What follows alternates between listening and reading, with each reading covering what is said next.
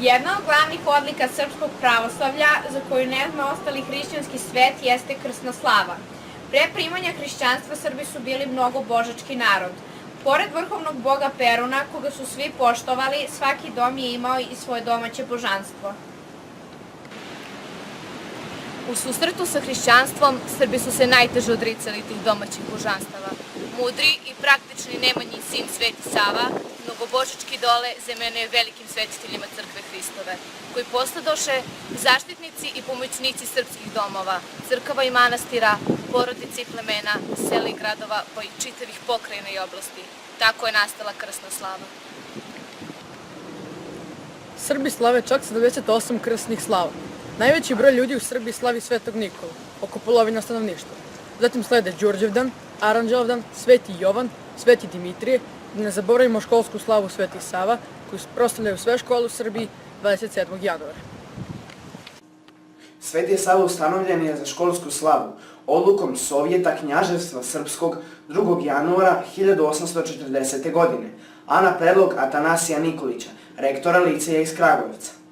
Odlukom popečiteljskog prosvještenja, predstavnici crkvene i državne vlasti doneli su odluku da se Sveti Sava proglašava za patrona svih naših škola i da se od tada, 14. odnosno 27. januara, ima u svim školama najsvečanije proslavljati.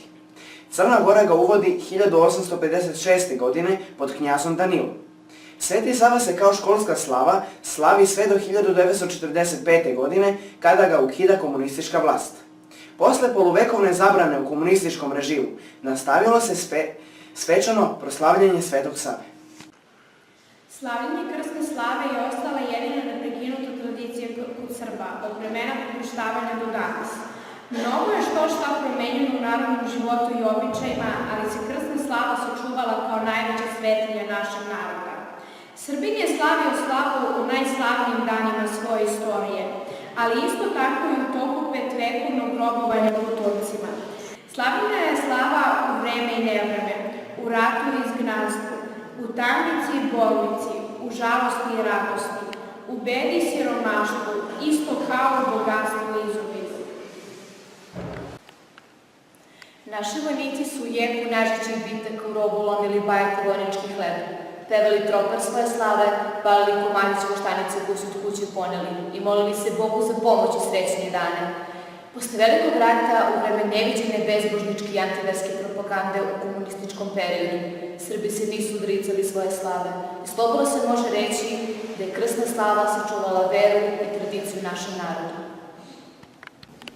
Slava se prenosila i nastavila sa kolena na koleno, sa oca na sina. Ukoliko sinovi žive zajedno sa ocem u jednoj kući, onda svi zajedno slave slavu. Međutim, kada neko od sinova zasnuje svoju porodicu, oženi se i ne živi više sa ocem, on po običaju preuzima slavu.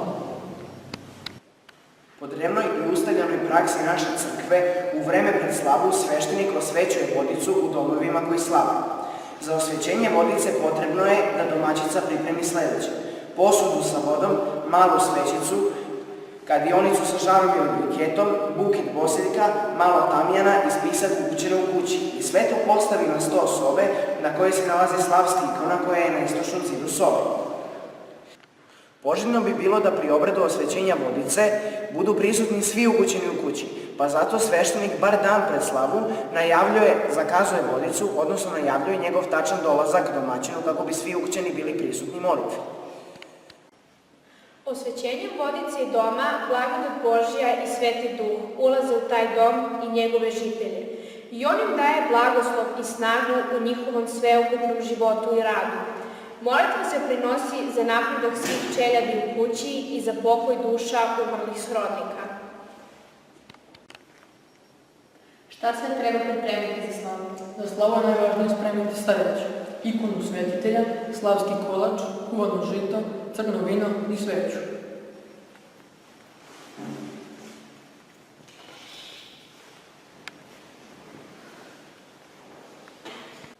Odsustvo veronauke uslovilo je da se slava pretvorila delom isključivo u slavsku obilnu gozbu, na kojoj niti domaćin, niti gosti znaju o pravoj suštini slavljenja slave, pa čak ništa ni o svetitelju koji se slavi.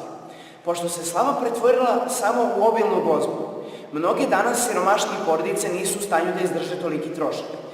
Slava je pre svega duhovni događaj i doživljaj, uz ono najneophodnije za sam obred rezanja kolača, a sve ostalo je stvar volje i mogućnosti svake porodice koji slave slavu. Kada neka slava padne uz post, ili u sredu ili u petak, na primer Nikoldan, koji je uvek u božićnom postu, taj dan se obavezno posti, bez obzira da li porodica iz nekih razloga ne posti taj post. Spremati mrznu hranu za slavu je veliki i poguban greh ako je post. Bolje je ne slaviti nego praviti javnu sablazan i navoditi na greh druge. Hrana i piće nisu suština slave, već okupljanje oko vrednosti, ideala i vere koju zastupao svetitelj. Slava, dodaje, treba da bude skroman i pobožan susret, koji približava ljude i ukazuje na duhovnu vertikalu. Srbi nikada ne treba da zanemaruju svoju slavu. Pravoslavna vera ih je kroz vekove održala i očuvala, zato i oni treba da čuvaju svoju veru. Ne kao običaj, nego kao svesno ubeđenje. I treba uvek da potvrde narodnu istinu. Gde je Srbi, tu je slava!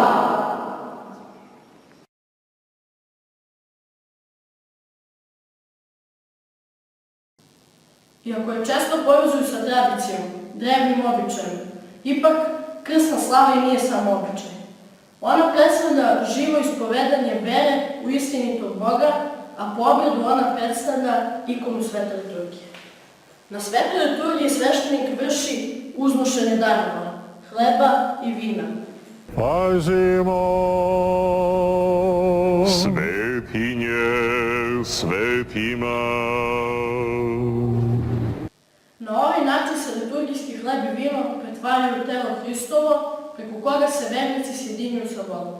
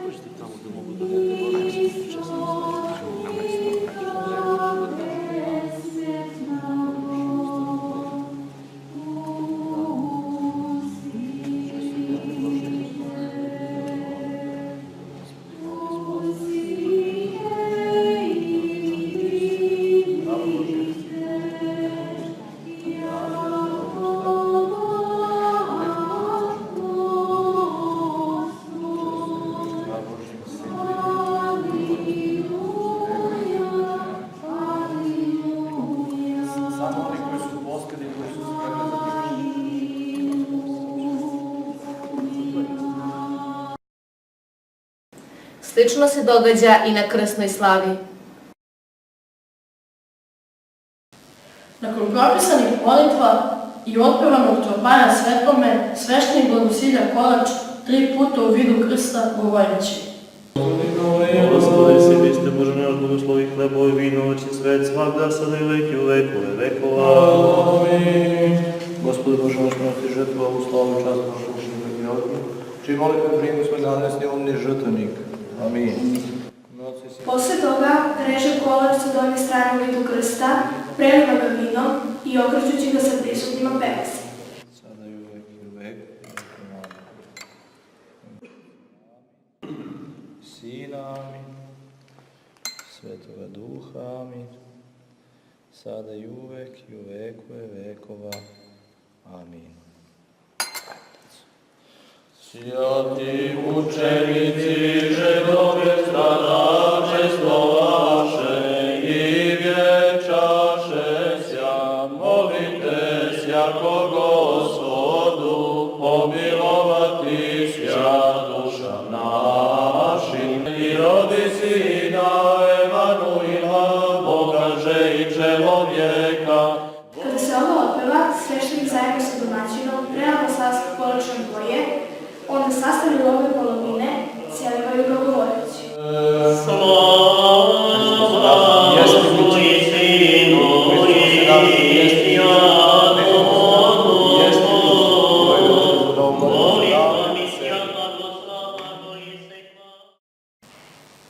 Između njih se nalazi vidljivo slavski kolač, to jest hleb i vino.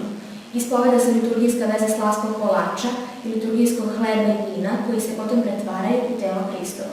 Zbog toga krsna slava na neki način predstavlja ikonu svete liturgije.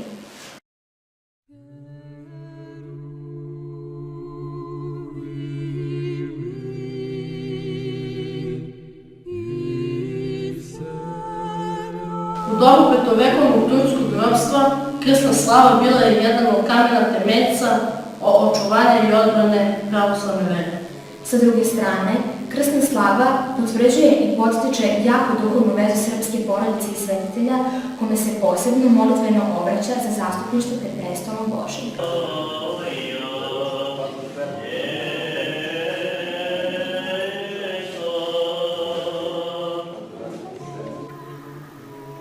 Iako je često povezuju sa tradicijom, drevnim običajem, ipak krsna slava nije samo običaj. Ona predstavlja živo ispovedanje vere u istinitog Boga i svetitelja koji je uzeo posebno učešće u porodici. Često su ljudi odabirali krsnu slavu po čudu svetitelja koje se dogodilo. Naime, mog pradedu je sačuvao sveti Georgije. Da nije bilo čudesnog zastupništva svetitelja, on ne bi preživao. Prepoznavši čudesno zastupništvo svetitelja, pradeda je počeo slavi baš tu krsnu slavu. Kasnije su se rodili moj deda, moj otac i ja. Danas, dok slavim krsnu slavu, ja ne slavim običaj, tradiciju, već blagodarim Bogu i svetitelju koji je blagosiljujući moju porodicu pomogao da se ja rodim. Dakle, slaveći krsnu slavu mi slavimo Boga, koji daje tako dostojanstvo svetima i odajemo čast svetitelju koji je uzeo učešće u našim životima. Primer velikog čuda svetitelja koje se dogodilo u današnje vreme, a koji su ljudi prepoznali i čiju su krsnu slavu uzeli da slave, jeste čudo svetog Vasilija Ostroškog u Nišu.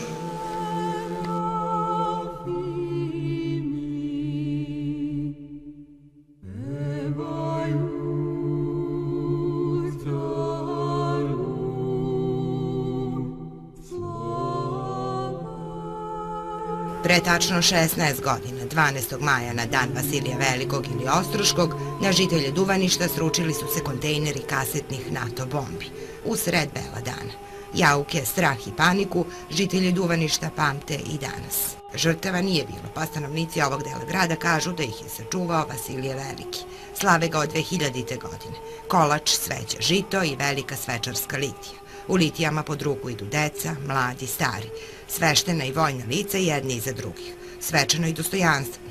Ispred svih njih crkvene zastave i velika ikona Svetog Vasilija, tradicija koja traje punih 15 godina.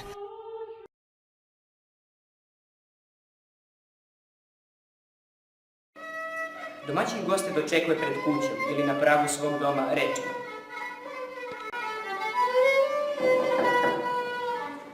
Srećna slava domaćine.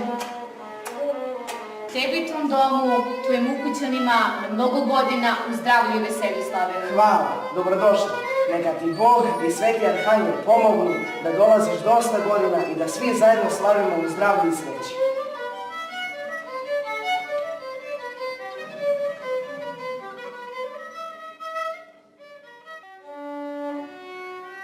Kako koji gost dolazi na slavu, prvo se poslužuje slavskim žitom.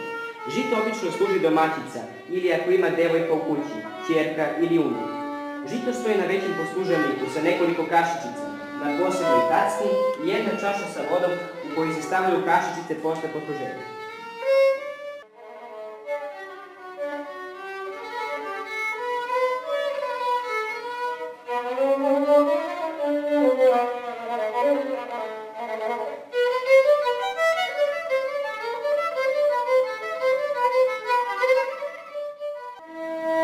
Slavski kolač nije ukras koji će ulepšavati prostor i ostati posle slave, skoravljen sa neizvesnim krajem.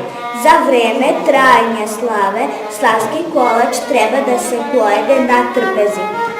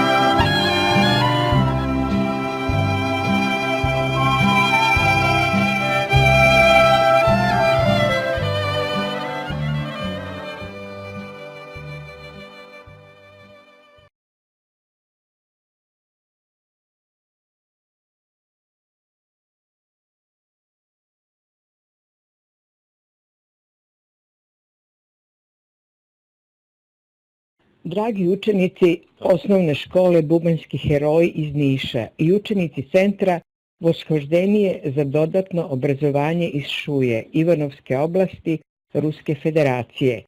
Srdačno vas pozdravljam iz Beograda. Ja sam Zorica Peleš, biograf protojereja Stevana Dimitrijevića, naučno-istraživački radnik, publicista i počasni član Srpske razvojne akademije RAS i radujem se novoj saradnji sa vama. Istražujući život prote Steve Dimitrijevića početkom 2000. godine, u vreme kada se spremalo uvođenje veronauke u srpske škole, pronašla sam u arhivu Srpske akademije nauka i umetnosti u njegovoj bogatoj zaostavštini nastavni program iz veronauke za pravoslavne učenike i učenice narodnih škola između dva svetska rata. Odmah sam ga prekucala i uz propratno pismo poslala blaženopočivšem patrijarhu Pavlu, po protivno najmlađoj sestričini profesorki Nadi Panić, sa kojom se svakodnevno susretao na večernoj službi u Sabornoj crkvi u Beogradu. Prijatno me iznenadila činjenica koliki se značaj u tom programu pridavao srpskim slavama, jer je u programu prvog razreda za nižu osnovnu školu odmah iza prvih lekcija o Bogu i Božiću kao treća lekcija bila lekcija o slavama. Uz to je dato i kraće uputstvo veroučiteljima kako da objasne učenicima značaj slave kod Srba, a pre svega značaj školske slave Sveti Sava. Samo Srbin slavu slavi. Objasniti deci zašto, kako treba i kako ne treba slaviti slavu. Slavu slave ne samo pojedini Srbi, već i Srpska pravoslavna škola i njeni đaci. Školska i đačka slava je Sveti Sava. Zašto?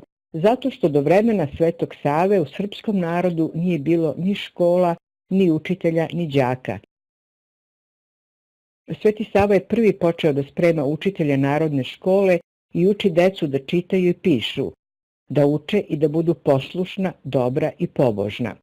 U vreme Turske imperije proto Steva je bio jedno vreme direktor Srpske gimnazije u Skoplju i o njegovoj zaostavštini našla sam njegov govor na dan Svetog Save 1905. godine, koji je održao posle izvršene molitve zaštitniku i pokrovitelju srpskih škola Svetom Savi. Na početku svog pozdravnog govora Zahvalivši se prvo mnogobrojnim zvanicama, među kojima je bilo i predstavnika turske vlasti, Prote Stevo je, govoreći o plodnom životu i radu Svetog Save, s ponosom rekao da je Sveti Sava otvorio umne oči svoga naroda i pokazao mu put kojim se pravoj sreći dolazi. U nastavku svoje sjajne besede govorio je i o ruskim prosvetnim velikanima, Konstantinu Dimitrijeviću Ušinskom i Sergeju Aleksandroviću Račinskom. A posebno je naglasio veliku ulogu u vraćanju duha i potreba narodnim koji je imao Gorostas iz Jasne Poljane, Lav Nikolajević Tolstoj, koji je po njemu bio enciklopedijski svetski pisac. Sa velikim žarom govorio je o periodu Tolstojevog dodivljenja produktivnog života i rada, kad je sav genij njegov bio zauzet razmišljanjima o načinu obrazovanja mase narodne. Posle školske slave, Prote Stevo je napisao u svom izveštaju srpskoj vladi u Beogradu, koja je sve vreme brinulo o Srbima koji su bili pod turskom vladavinom, sledeće. Sveti Sava je proslavljen na način na koji se i do sada proslavljao. Pre podne bilo je sečenje kolača, uobičajeni govor, pevanje i deklamovanje, a uveče zabava za narod, pozorišna predstava i igranka. Na proslavi, pored mnogobrojnog naroda, bili su i predstavnici vlasti i sviju konsulata ovdašnjih, a i večernja zabava, blagodareći prostornoj sali, bila jako posećena i ispala je lepo na zadovoljstvo posetilaca. Prote Steva bio istovremeno direktor Srpske gimnazije i učiteljske škole u Skoplju, u kojima je srpski jezik predavao proslavljeni srpski književnik Petar Kočić, koji je bio Protin veliki poštovalac. U to vreme u Skoplju je bila veoma izražena bugarska egzarhija, koja je stalno metala rad Srba, ali koje je Prote Stevo odolevao na poseban način. O tome je napisao u svom izveštaju srpskoj vladi u Beogradu. Da ne bi ostavili egzarhistima monopol na proslavljanju slovenskih apostola, svete braće Kirila i Metodija, organizovali smo i mi proslavu na skroman način 11. maja.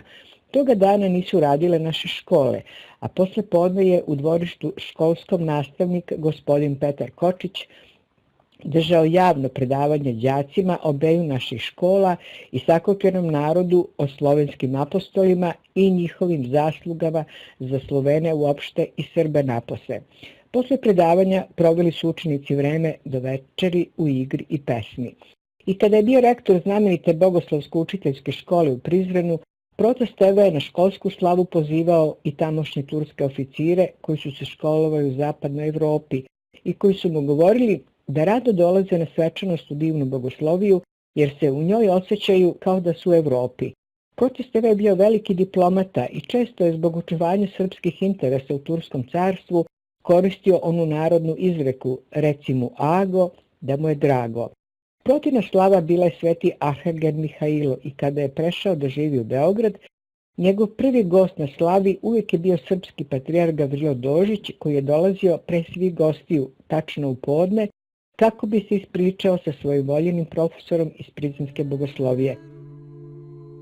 Prote Steva predstavio se u Gospodu u noći 3. dana svoje slave 1953. godine.